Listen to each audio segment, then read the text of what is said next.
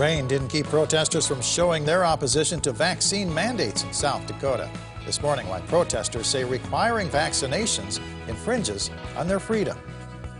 Plus, new concerns about the Delta variant in South Dakota, what doctors say you need to do to protect your family from the variant that spreads as quickly as chickenpox.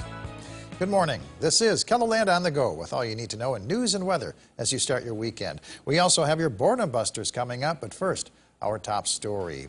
The backlash over mandatory vaccinations in the workplace is mobilizing people in KELOLAND. Around 200 people turned out in the rain Friday for a protest at Sanford Health's main campus in Sioux Falls.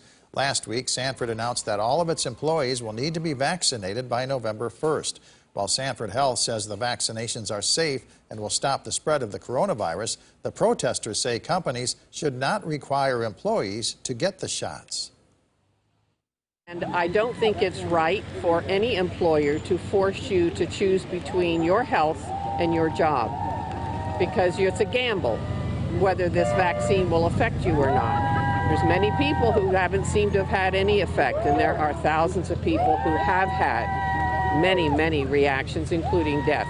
We all recall Operation Warp Speed. The intent was to get this vaccine to people as soon as possible without taking any safety shortcuts, looking at the evidence. And so the studies leading to the vaccine, and since the vaccine is rolled out, there's physician experts that have reviewed these over and over again and really continue to endorse the safety and efficacy of the vaccine.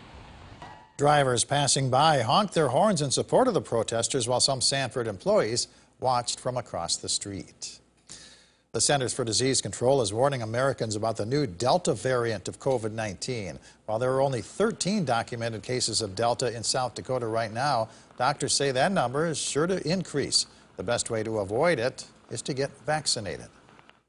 95% of the patients hospitalized in the state of South Dakota with COVID-19 in the last several weeks or months have been non-vaccinated. And so it's important to protect our population by getting vaccinated, which prevents the transmission of COVID-19 and prevents those variants from arising. Doctors say the Delta variant spreads as fast as chickenpox or measles, and it's infecting younger, otherwise healthy people who are unvaccinated. Well, Friday's rain gave people a break from the smoke that's clogged the skies over KELOLAND this week. Mark and Alexandra Swanson took cover from the rain underneath a picnic shelter at McKinnon Park Friday. Even longtime residents of Sioux Falls can't recall the smoke being this bad before. Well, I've seen smoke before in Sioux Falls. I've been here for a long time, but this is worse than usual. You can see it. Before you could maybe smell it a little bit. Now you can actually see it, and it's kind of disconcerting. The Swansons say they've been spending more time indoors because of the hazy skies, so they're glad to be able to finally get outside and take their dog, Jojo, for a walk. Well, people with pre-existing conditions like asthma are at greater risk for irritations from the wildfire smoke, but there should not be any lingering effects. Probably nothing necessarily long-term. It's more of that short-term kind of asthma type flare phenomenon where whatever the environmental stimulant is that causes you to have worsening of your lung function may cause you to have transient symptoms like shortness of breath, cough, wheezing, nasal congestion. Over-the-counter allergy medicine can help relieve some of those symptoms.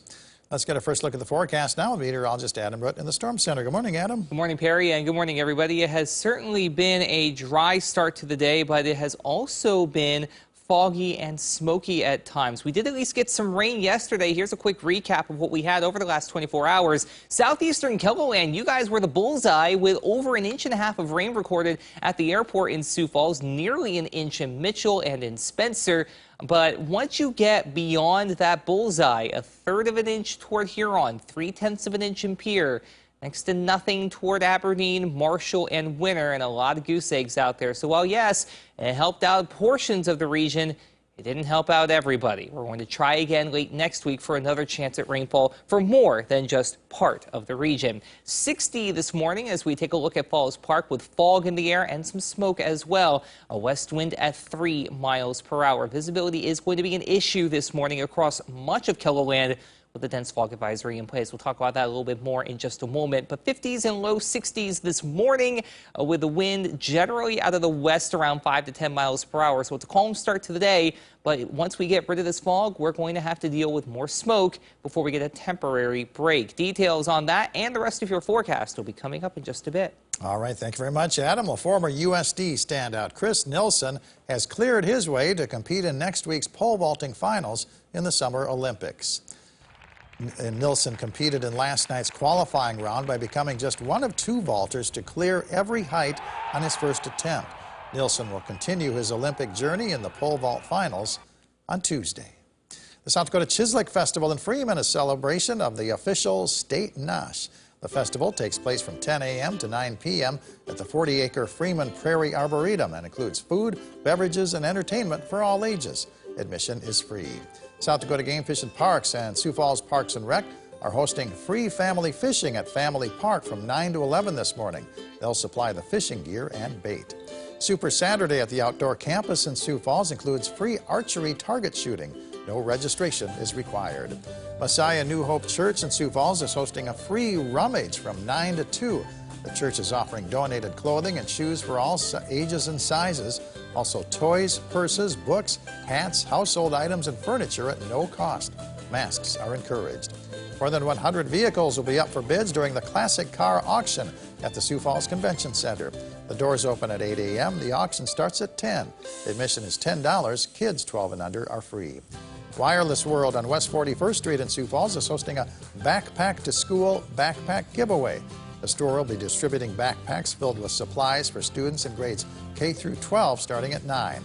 A student must be present to claim their free backpack. Esencia Latina Band is the featured act at tonight's Levitt at the Falls free outdoor concert in downtown Sioux Falls. The lawn opens at 6. The music starts at 6:30.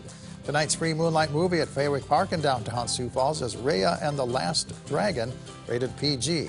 The movie begins at 9:15. The Sioux Falls Storm indoor football team is hosting a top dog contest during the pregame tailgate from 3 to 5 at the Denny Sanford Premier Center.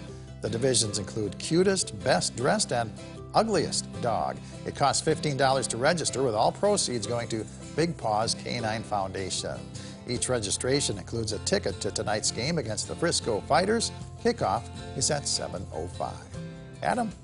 We are going to have a decent bit of fog to deal with this morning, and before that gives way to more smoke in the afternoon. There's your dense fog advisory through mid to late morning today for everybody shaded in gray as far north and east as Redfield and Watertown, all the way down to the Nebraska border and into northwestern Iowa as well. Be mindful of the fact that visibility may drop below a quarter mile at times. So like I've said, visibility will be compromised. We have a cold front to the north that's going to sweep southward as we head through the afternoon and evening. We may see an isolated shower or two along the way, but beyond that, it's a mainly dry frontal boundary that's going to at least try and usher in some clearer skies and clearer air as well.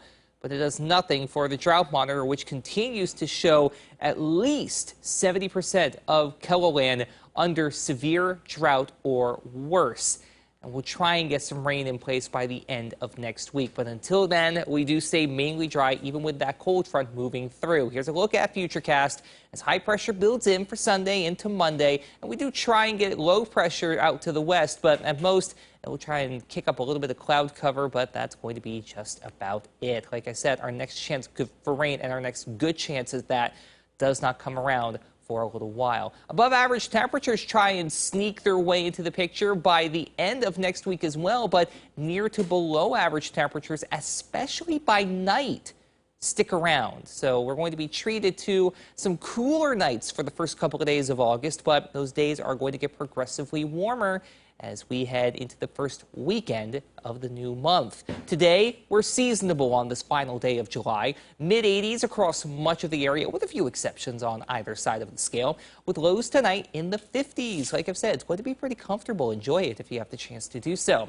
Here's your 7-day forecast. We start off in the low 80s by day, 50s by night. But you notice by the end of next week, we get two things in place. One, warmer temperatures come back, and two, we have the chance for a few showers and thunderstorms along the way. Have a great day, everybody. For more on your local news, weather, and sports, you can always head on over to KELOLAND.com.